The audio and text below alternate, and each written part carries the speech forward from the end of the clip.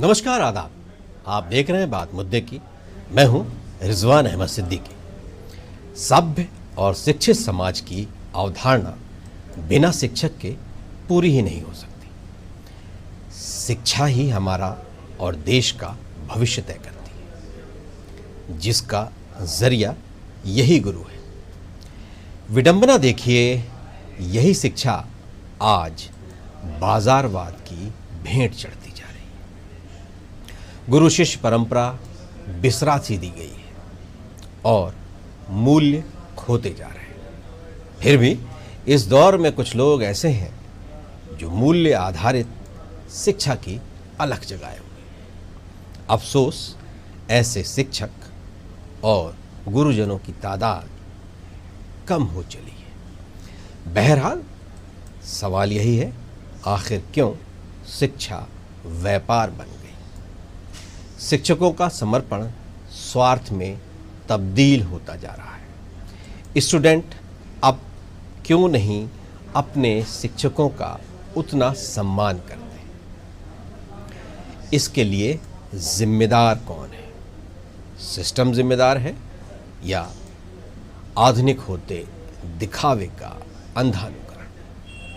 सवाल और भी हैं। यही हमारा आज का विशेष, शिक्षक कल और आज। इस विषय में बात करने के लिए हमारे साथ मौजूद हैं अभिशेष सिंह बघेल, जो एक ऐसे शिक्षक हैं जो सिखाते हैं कि आपको कैसे बलशाली होना है, किस तरह से अपनी ताकत का सदुपयोग करना है और किस तरह से इस भागम भाग की दुनिया में आपको फिट बने रहना है। अभिशेष जिम ट्रेनर हैं। इंटरनेशनल लेवल पर भी इन्होंने कई अवार्ड जीते हैं। और इसके साथ ही हमारे साथ मौजूद हैं आशुतोष पांडे जी, जो एक शिक्षाविद हैं। साथ ही काजी सैयद अनस अली, जो एक ऐसे शिक्षक हैं जो मदरसे के छात्रों को पढ़ाते हैं। आप सभी का बहुत बहुत स्वागत है।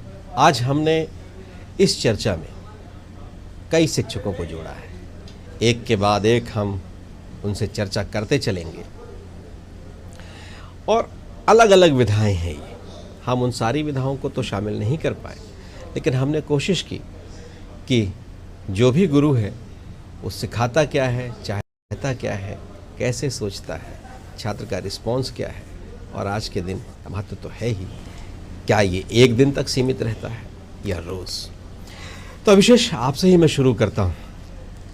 आप बच्चे, जवान, बूढ़े, क्या स्त्री क्या पुरुष, सबको सिखाते हैं। अपने से उम्र से ज़्यादा लोगों को भी सिखाना पड़ता है। तो ये जो अनुभव है, आप उसको हमसे शेयर करना चाहेंगे आज के दिन? मैं फेम फिटनेस क्लब एक जिम संचालित करता हूँ। वहाँ पे 12 साल से लेकर के अपने 70 साल तक के लोग मेरे पास आते हैं। महिला, पुरुष, सभी प्रकार के लोग वहाँ पे आते हैं। मैं प्रोफेशनल्स को भी वहाँ पे ट्रेनिंग देता हूँ। तो सबका अलग अलग मैं एक प्रारूप तैयार करता हूँ। जैसे बच्चों के लिए अलग है, क्योंकि किसी को हाइट बढ़ानी है। कुछ यंग एज के लड़के आते हैं जिनको जो कि प्रोफेशनल बॉडी बिल्डिंग करना चाहते हैं, पावर लिफ्टिंग करना चाहते हैं, वेट लॉस करना चाहते हैं। महिलाएं भी आती हैं, लड़कियां भी आती हैं। कुछ थायराइड, बीपी, शुगर के सीनियर सिटीजन्स लोग भी आते हैं। तो उन सब का एक अलग अलग जैसा जिसका क्राइटेरिया है या जैसा जिस प्रकार का लोगों का एक टारगेट या गोल सेट करके रखा उन्होंने, उसके अकॉर्डिंग मैं सबको अलग अलग ट्रेनिंग देता हूं। और एक इस सब के बीच में आप क्या अनुभव करते हैं? इसलिए कि 70 साल के भी हैं जी, आप तो युवा हैं। 70 साल के लोग भी क्या रिस्पॉन्स करते हैं, कैसे रिस्पॉन्स करते हैं? और एक गुरु और शिष्य का जो एक रिश्ता है जी, गजब रिश्ता है, उस रिश्ते का कोई जिक्र नहीं है जी। तो इस काम में आप उसको कैसे पाते हैं? सभी एक बहुत ही, मेरे पास सारे अच्छे लोग आते हैं, मतलब मेरे से जो जस्ट 3 गुना एज के भी हैं वो भी गुरुजी कहकर मुझे बुलाते हैं।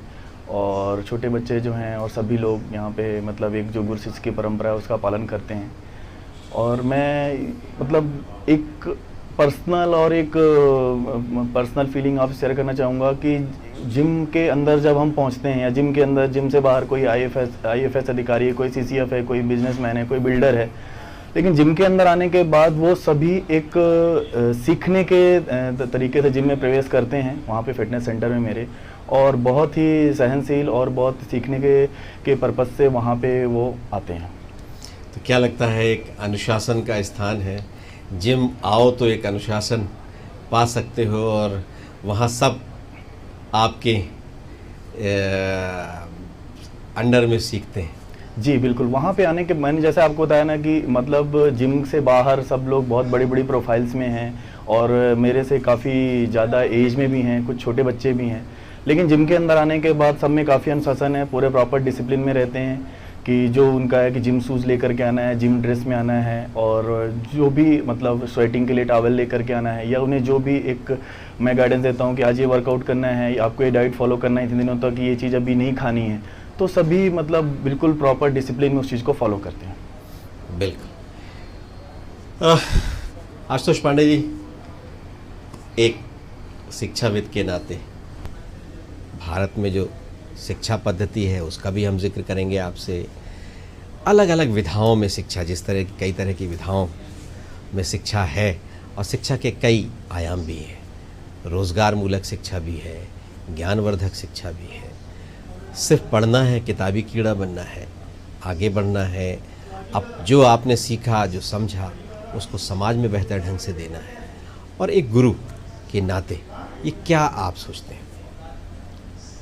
देखिए, हमारे देश में शिक्षा की बात करें तो पुरातन देश है, 5000 साल पुराना रिकॉर्ड हमारे पास मौजूद है। शिक्षा की बेहतर व्यवस्थाएं इस देश में शुरू से रही हैं। नालंदा, तक्षशिला जैसी संस्थाएं रहीं जहां पर विदेशी लोग भी यहां पढ़ने आया करते थे। बड़ा समृद्ध शैक्षणिक वातावरण इस देश का रहा, लेकिन अंग्रेज़ों के 200 साल के दौरान अंग्रेज़ों ने कुछ इस देश की शिक्षा व्यवस्था को इस तरीके से बदला कि क्रीमी लेयर वालों का एक अलग स्टेटस हो और उनके अधीनस्थ काम करने वालों का एक अलग स्तर हो, जो कि साधारण पढ़े लिखे हों, जिन्हें थोड़ा बहुत बोलचाल की भाषा आती हो, पढ़ाई लिखाई की। तो वो दोहरी शैक्षणिक व्यवस्था जो इस देश में शुरू हुई वो आज पर्यंत तक कायम है। दुर्भाग्य है इस देश के कर्णधारों का, जो इस देश की नौजवान पीढ़ी या कहें बच्चे जिन के कंधों पर इस देश का भविष्य है, उनके पढ़ाने के स्ट्रक्चर को तैयार करते समय पश्चिमी सभ्यता उनके दिमाग में होती है। कहीं पर भी शिक्षक, शैक्षणिक वातावरण और पढ़ाई का वातावरण दिखाई नहीं देता। वर्तमान में तो सरकारें इस तरीके के कानून अधिनियम बना रही हैं कि शिक्षा से किसी तरीके से मुंह मोड़ लिया जाए, तो इसके लिए प्राइवेट स्कूलों को बेवजह मान्यता देना, आरटी के तहत 25% निःशुल्क शिक्षा के नाम पर सरकारी स्कूल के बच्चों को प्राइवेट स्कूल में भेजना, सरकारी स्कूल में इंफ्रास्ट्रक्चर का अभाव देना, तो दोयम दर्जे की शिक्षा आज भी कायम है। शिक्षा तो कहीं से भी दिखाई नहीं देती, केवल बाज़ार दिखाई देता है, जहाँ पर आप अपने बच्चे को भेजते हैं और उसे एक मॉडल के रूप में तैयार करने की कोशिश करते हैं। जिसके पास जितना अच्छा पैसा, वो एक उतना अच्छा मॉडल सामने लेके आएगा, ऐसा कुछ समझ में आता है। जी, शिक्षक की बात जहाँ तक करें तो पहले भी शिक्षक हुआ करते थे, शिक्षक हमारे समय में भी हुआ करते थे जब हम पढ़े, लेकिन आज तो हम शिक्षाकर्मी हैं, हम शिक्षक हैं कहाँ। शिक्षक के 50 काम हैं, उसे डोर टू डोर जाना है, सर्वे करना है, वोटर लिस्ट उसे बनाना है, जनगणना उसे करना है, पशु गणना उसे करना है। पिछले कुछ दिनों सालों पहले आपने सुना होगा, 1-2 साल पहले कि सब शराब भी शिक्षक को बेचने में लगा दिया, उसे हस्त में जूते लगाने लगा दिया, सतना में खाना खिलाने के लिए था, पंगत में उसको लगा दिया। तमाम ऐसे काम करके और उसका एडवर्टाइजमेंट करके तो शिक्षक के प्रति समाज की गरिमा भी घट चुकी है। इसमें कहीं हद तक शिक्षक भी जिम्मेदार हैं, जो अपनी गरिमा खुद कायम ना रख सके, वो समय के साथ अपने आप को ना बदले, उसी तरीके से परंपरागत हैं और पढ़ाने के अलावा बाकी सब काम करने में रुचि लेते हैं। पढ़ाने में शायद अपने आप को अपडेट नहीं रखते हैं, इसीलिए ये व्यवस्था आज सामने दिखती है जो कि बड़ी बुरी है।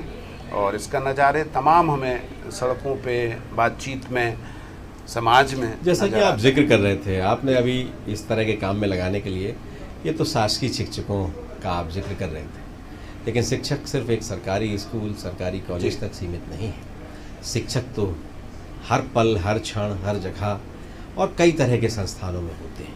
तो मैं समग्र अगर इन सारे शिक्षकों की बात करूं तो उन्हें क्या करना चाहिए ऐसे आज के दौर में? मैंने अभी उसी की बात तुरंत ही बोला था कि शिक्षक अपडेट नहीं होता। एक्चुअली में शिक्षक, हमारे विज़न में शिक्षक की एक ये धारणा है कि वो एक अथाह ज्ञान का भंडार है। नहीं, शिक्षक केवल एक प्रस्तुत करता है, वो एक किसी विषय वस्तु को आपके अनुसार आपके सामने प्रस्तुत करता है, जिसे आपको अपने तरीके से समझना है। कठिन विषय की अवधारणा को अपनी भाषा में, आपकी भाषा में आपके सामने परोसना एक शिक्षक का काम है, ना कि आपके दिमाग में घुस जाना या किसी भी तरीके से उस चीज़ को थोपना। नए आविष्कार, इनोवेशन, विज्ञान, इन सब चीज़ों का महत्व सभी लोगों को पर्सनल लाइफ में भी और शैक्षणिक, क्योंकि जैसा कि आपने बोला, शिक्षा तो घर से ही शुरू हो जाती है। मैं बोलूँ तो माँ बाप भी शिक्षक हैं, एक बच्चा भी शिक्षक है, आप बच्चे से भी सीख सकते हैं, और हर जानवर भी शिक्षक हैं, आप उनको देख के भी कुछ ना कुछ तो ज्ञान करते ही। तो अगर बोला जाए तो शिक्षा का महत्व विस्तृत है, बहुत विस्तृत है, और उसे आपको परिवेश के अनुसार बदलना होगा, अपने आप को भी बदलना होगा, जिसमें कि आप वो सब दे पाएं जो वर्तमान में चल रहा है, और उसे साफ और अच्छे तरीके से। बिल्कुल, बहुत महत्वपूर्ण बात आप कह रहे हैं। आपकी इस बात से मुझे मेरी माँ की बचपन की शिक्षा याद आ गई, इसलिए कि माता पिता प्रथम गुरु हैं, खासतौर से माँ तो प्रथम गुरु है ही। जानवर से सीखना चाहिए। मेरी माँ मुझसे बचपन में कहती थी, जब मैं धीरे धीरे बड़ा हो रहा था, कि शाम ढलते घर आ जाना, उसके पहले घर आ जाना। देख लो, जानवर भी और परिंदे भी घर अंधेरा होने के पहले पहुंच जाते हैं। तो ये एक ऐसा सबक था कि बहुत साल तक काम आया। लेकिन अब तो हमारी ज़िंदगी देर रात तक होती है, लेकिन वो एक चीज़ है जो बहुत बड़ी शिक्षा थी, हम भी अपने बच्चों को कहते हैं। काई सैयद अनस अली, मैं आपके पास लौटूंगा। मैं सोच रहा था कि संस्कृत के एक शिक्षक हैं, वो भी आ जाते और फिर आप दोनों से मैं चर्चा करता उस दौर में एक साथ, इसलिए मैं अभिशेष की तरफ फिर एक बार लौट रहा हूँ। जी अभिशेष, जिस तरह से आपको तो बड़े पढ़े पढ़ाए लोग मिलते हैं, जी बिल्कुल, तो जो कम पढ़े होते हैं या जो बुनियादी तौर पर जिन्हें ढेर सारा ज्ञान अर्जित करना होता है, जिनको किताबों के साथ और इस तरह की, लेकिन आपको तो बहुत ढेर सारे पढ़े पढ़ाए लोग मिलते हैं जी। तो ज़्यादा पढ़े लोगों को समझाना, बताना, मैं सिर्फ आपकी ट्रेनिंग की बात नहीं कर रहा जी, बाकी तरह के भी अनुभवों की बात कर रहा हूँ कि अगर इन लोगों को पढ़ाना समझाना आसान होता है, या ये या वो जो बहुत ललक के साथ आते हैं, कुछ नया सीखना चाहते हैं। बहुत अच्छा विषय आपने डिस्कस किया है। आज के समय में क्या, सबको बहुत जल्दी है, चाहे बहुत अपडेटेड बंदा है या अपडेटेड मेल फीमेल कोई भी आए, या अपडेटेड सीनियर आए, कोई भी आए। जो बिगनर है उसे भी जल्दी है, जो मोबाइल आजकल सोशल मीडिया और इंस्टाग्राम, फेसबुक के माध्यम से, गूगल के माध्यम से सब पहले से अपडेटेड, ये एक्सरसाइज है, ये हाइट बढ़ानी है, ये आर्म्स की एक्सरसाइज है, ये सब मतलब मैक्सिमम लोग पहले से ही करके आते हैं। वो ये मानते हैं कि उन्हें आता है सर। हाँ, और फिर यहाँ पे एक क्वेश्चनर क्रिएट करते हैं, सर ये वाली एक्सरसाइज मैंने आज देखी थी, तो सर इसके लिए क्या है। तो हम एक बेसिक जो होता है ना कि A फॉर एप्पल और B फॉर बैट ही पहले आपको पढ़ना पड़ेगा। तो हमारा एक 3 डेज का प्रोग्राम होता है जिसमें हम पूरा फुल बॉडी का वर्कआउट कराते हैं। तो वो सभी को हम कराते हैं। उसके बाद यदि अगर वो चाहते हैं कि नहीं सर हमें तो कुछ फील नहीं हुआ, तो हम उन्हें समझाते हैं कि भैया इतना ही आज के लिए आपके लिए सफिशिएंट है, because today is your first day.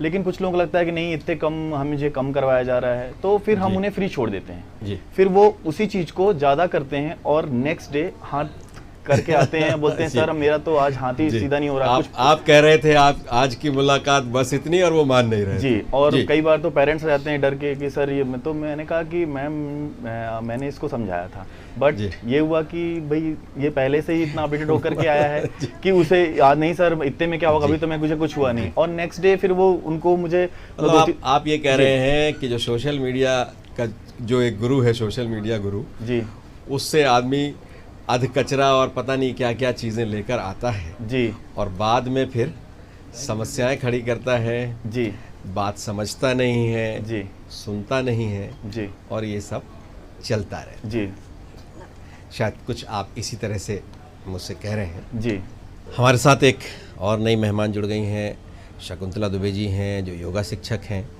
Shakuntala ji, आपका ही बहुत बहुत स्वागत है, और शुरू आपसे ही करते हैं। जैसा कि मैं अभी अभिषेक से बात कर रहा था कि वो एक ऐसे आयु वर्ग के लोगों को ट्रेन करते हैं जो बहुत छोटे से लेके बहुत उम्र दराज है। बहुत हद तक आपका भी यही अनुभव है। तो एक शिक्षक के नाते आप क्या महसूस करती हैं जिस काम को आप कर रही हैं उसमें, एक और बाकी आप क्या उम्मीद क्या कैसे करती हैं इस विधा को और बेहतर करने के लिए?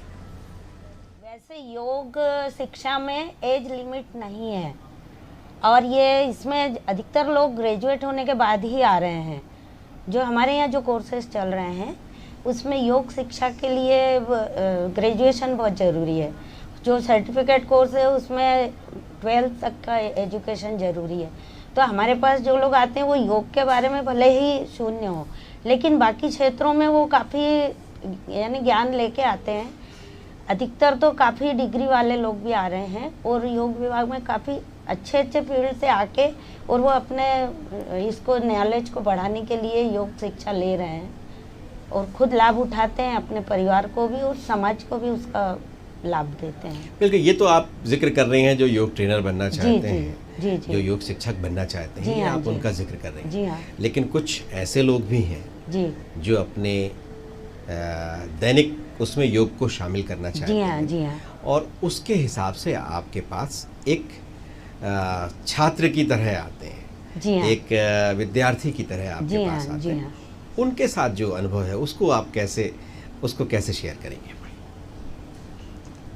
योग के क्षेत्र में सबसे पहले तो एक बहुत बड़ी जिज्ञासा होती है कि हम उससे स्वस्थ हो जाएंगे। सबसे पहला पहलू होता है कि स्वास्थ्य का, लेकिन इसके अलावा भी एक दिनचर्या भी अच्छी बनती है।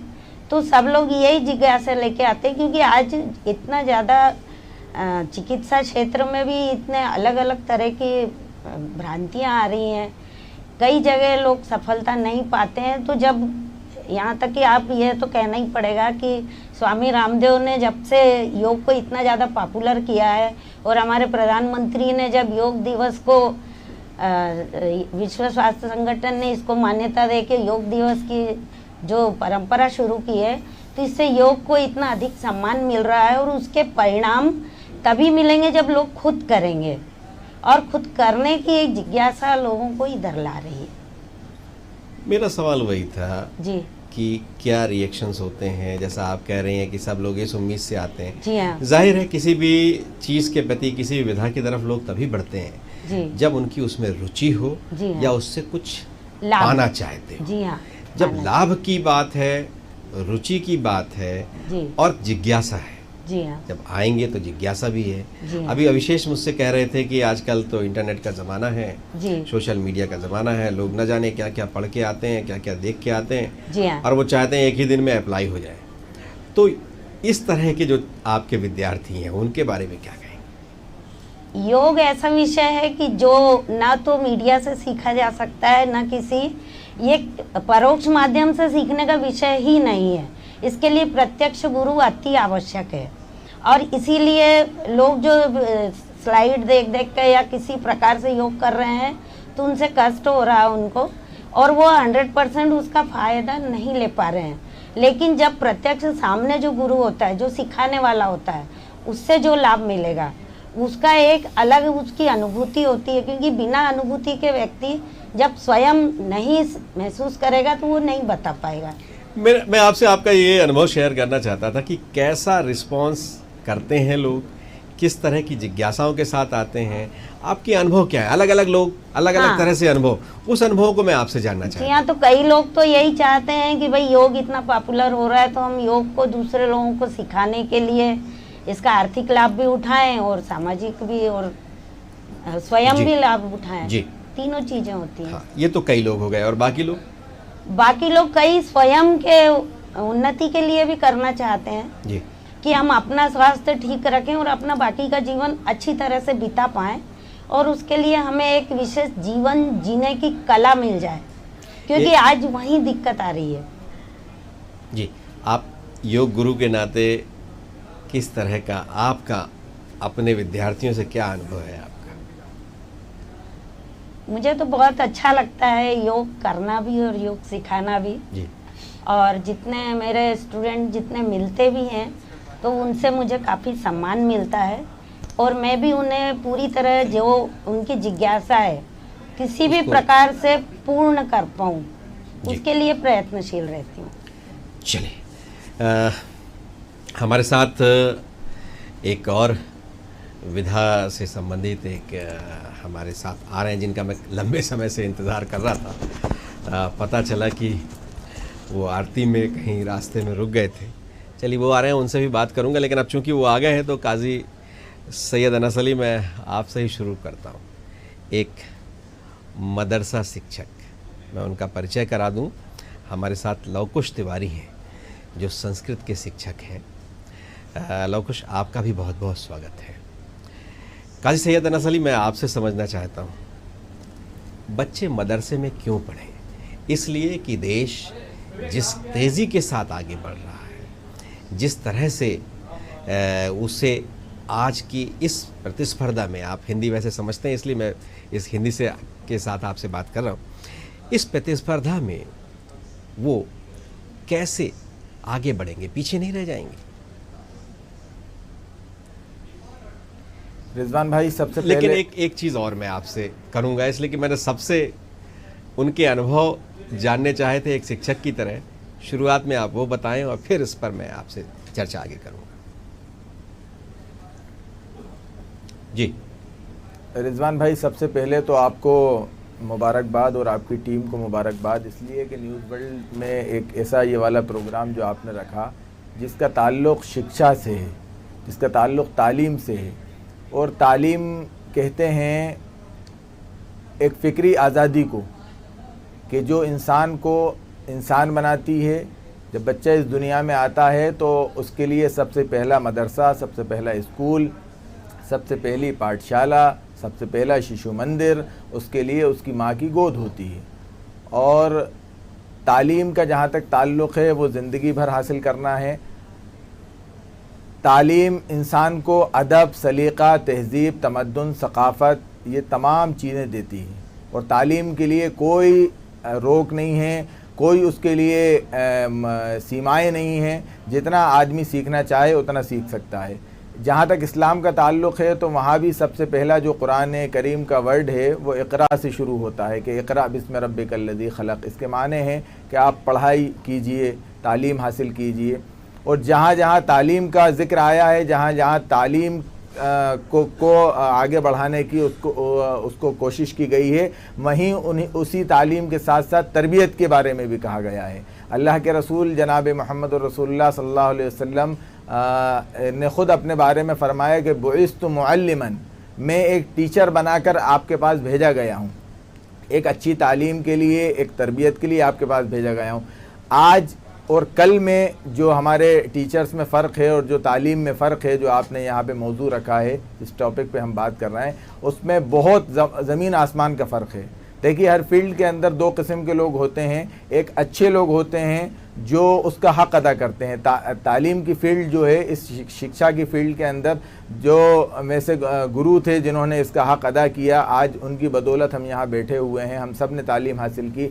हमें याद है अच्छी तरीके से कि हम अपने स्कूल में जब पढ़ने जाते थे तो वहाँ पे जो हमारा क्लास टीचर होता था, उसके अलावा भी अगर कोई टीचर होता था वो इस स्कूल में पढ़ाता था, तो हम भी उसको उसी आदर, उसी सम्मान के साथ उसके सामने हम बिहेव करते थे। मगर आज मसला जो आ गया है कि जो एक व्यापार और बिजनेस बन गया है, उसके अंदर कमी मैं कहीं ना कहीं समझता हूँ कि ऐसे टीचर्स की भी कमी है और कहीं ना कहीं स्टूडेंट्स की भी कमी है। देखिए, जब माशरे के अंदर, जब सोसाइटी के अंदर शराब की दुकान नहीं होगी और शराब और अगर ख़रीदने वाला नहीं होगा, तो फिर उसके लिए दोनों का होना शर्त है। आप महंगी तालीम हासिल करते हैं, ये गलती आपकी है। आप तालीम को बिकने दे रहे हैं, आप शिक्षा के व्यवसाय को बढ़ा रहे हैं। आपकी एक मेंटालिटी ये बन गई है कि हम तालीम सिर्फ इसलिए हासिल करना चाहते हैं कि हम डॉक्टर या इंजीनियर बनना चाहते हैं। नहीं, हमें तालीम सिर्फ इसलिए हासिल करना है कि हम एक अच्छा इंसान बनना चाहते हैं और ताकि लोगों की हम खिदमत करें इस दुनिया के अंदर। मेरा सवाल आपसे मदरसे से रिलेटेड था। सवाल जो मेरा था कि बच्चा सिर्फ मदरसे में ही क्यों पढ़े? देखिए, मैंने आपसे इसीलिए कहा पहली बात कि मदरसा हो, स्कूल हो, कहीं भी पढ़े वो, कोई ज़रूरत नहीं, कोई ज़रूरी नहीं है कि मैं भी जो हूँ, पहले मैं तो मिशनरी स्कूल में पहली शुरुआत हुई मेरी, फिर